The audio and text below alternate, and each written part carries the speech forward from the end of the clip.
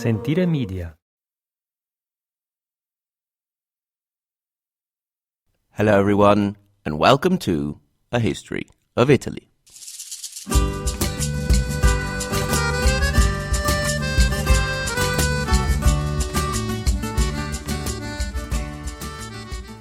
Episode 15, A Confusing Christmas Coronation.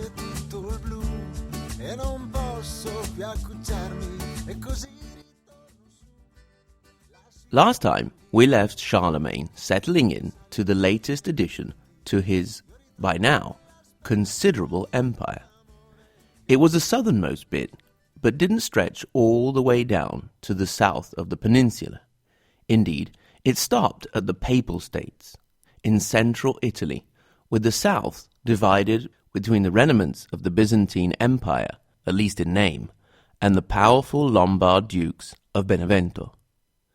The Pope, when Charles had defeated the Lombards, had been Hadrian, who had kept up quite an intense correspondence with the king of the Franks, sometimes friendly, sometimes complaining, and at times even threatening. Despite this alternating relationship, when Hadrian died in 795, it is reported that Charles broke down and wept. How sweet. Anyway, it was time to elect a new pope. As was by now the norm, there was an intense struggle among different factions. After all, now the man who became pope not only had power over almost all of the Western Church, but also had power over a state.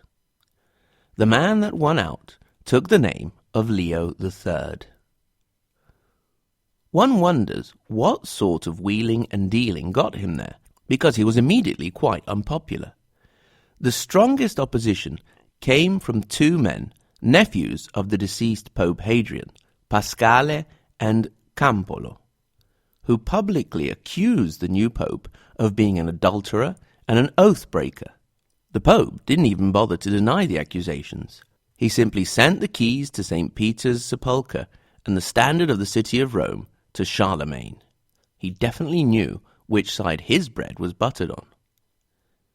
The tension among the factions stayed in check for a full 4 years, bubbling under the surface. Then, on the 25th of April, 799, things boiled over. Leo was getting ready to lead a procession through the city when he was attacked by a group of men led by Pascale and Campolo.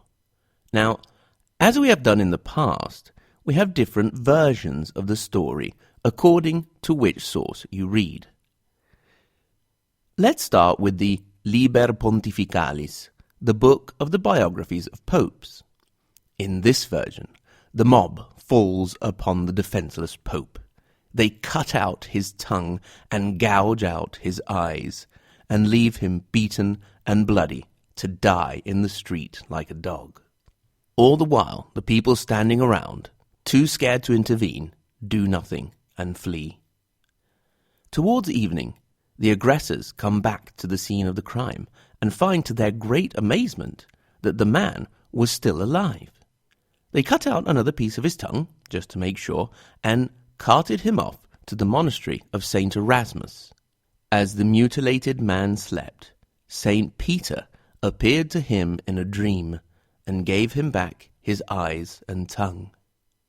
He then woke up and, with the help of a monk, escaped out of the window with a rope, got back to St. Peter's, and then went on to seek refuge in Spoleto.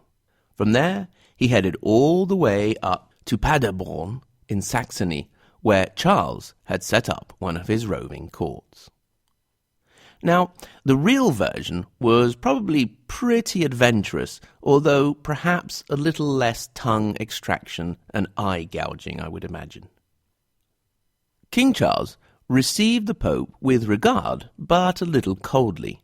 It seems that word had reached him of the accusations against the Pope. Leo spent a couple of months there, often speaking to Charles and presenting him with the relics of St. Stephen, chatting him up and giving him presents, in short. Charles decided to set up a commission of inquiry to investigate the accusations against the Pope, and sent it back to Rome with him.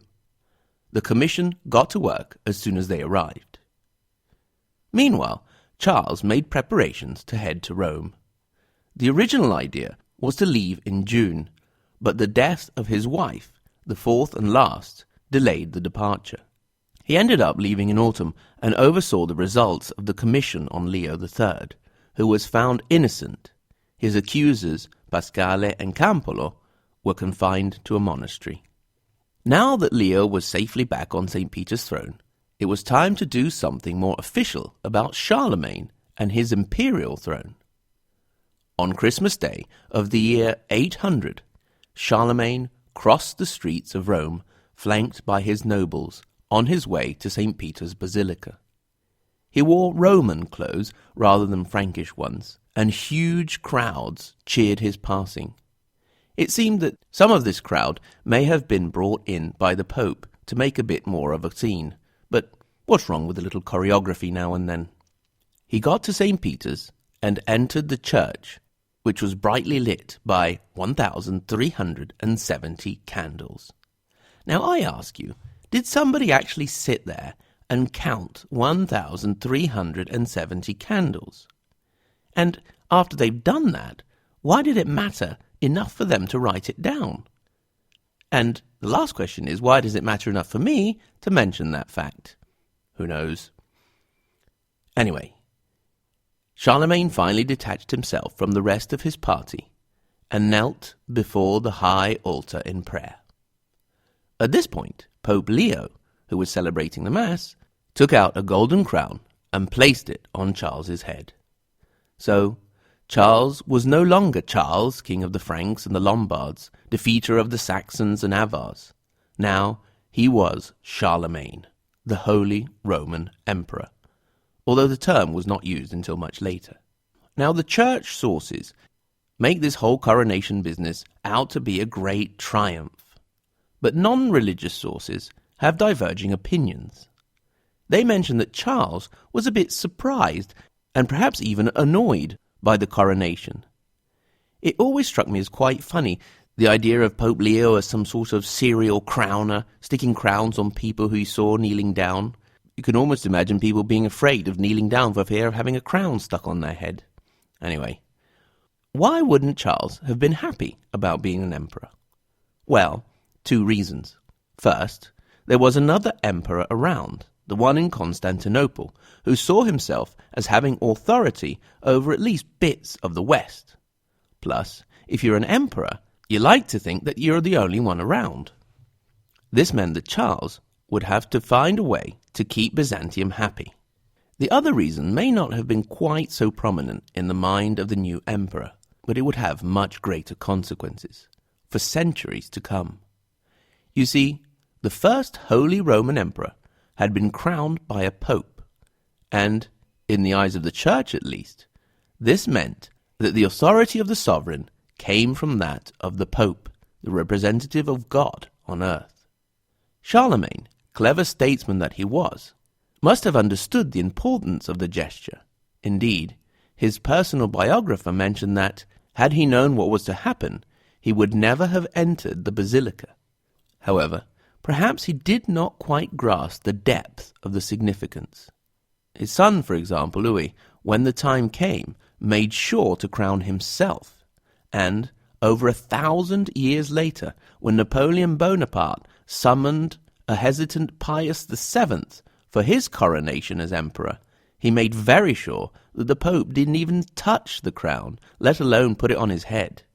In any case, for now, the damage was done. Well, I'm afraid I have to stop there for this week. I really apologize for the short episode. You see, luckily or unluckily, a lot of work has come in, and the thing about work is you've got to do it, because it doesn't do itself. Plus, my wife and I have these 2 smaller people living in the house with us, and they will insist on eating every day, up to 3 times, would you believe? So I've been a bit busy and will be a bit busy for the next couple of weeks. It seemed like I may not have been able to come out with an episode next week, but I found a way to cheat. You see, one of the jobs I'm going to be doing is translating a guide to the city of Bologna, and the first part of the guide is a short history of the city. So why not kill two birds with one stone and just read it out to you? So that's what's going on next week, a special episode on Bologna for the anniversary of the 25th of April. The 25th of April is a national holiday in Italy because we celebrate the liberation from Nazism and fascism. Indeed, the 25th of April 1945 was when most of the major cities of the north remaining under fascist and Nazi control were liberated by the advancing Allies and by the partisans. Bologna is a particularly important city in this story because it was one of the many cities that received the gold medal for the resistance. So that's what we'll be talking about next week. Once again, special episode on Bologna and the 25th of April. Before we close, I'd really like to say a really big thanks to our first Patreon supporter. Yay! So thank you very, very much to Sean F. Really appreciate the generosity, Sean. Thanks. I'm now studying a plan to see if I can't get something back to the listeners beside the podcast, obviously, because Patreon has a sort of goal-setting system with little prizes and things that people can get for donating a certain amount. So I'll be looking into that. As always, thank you very, very much to all of you for listening. Please, if you have a bit of time, subscribe, rate, and review the podcast. If you want to get in touch with questions, comments, philosophical doubts or worries, you can send an email at hello@ahistoryofitaly.com. At the same URL, ahistoryofitaly.com, you can have a look at some of the resources that are up there, or click through to our YouTube channel or our social media. There is a plan to try and improve that website a little bit, and hopefully that will come to fruition in the next few months. Well, once again, thanks very much to everyone, and until next time, arrivederci.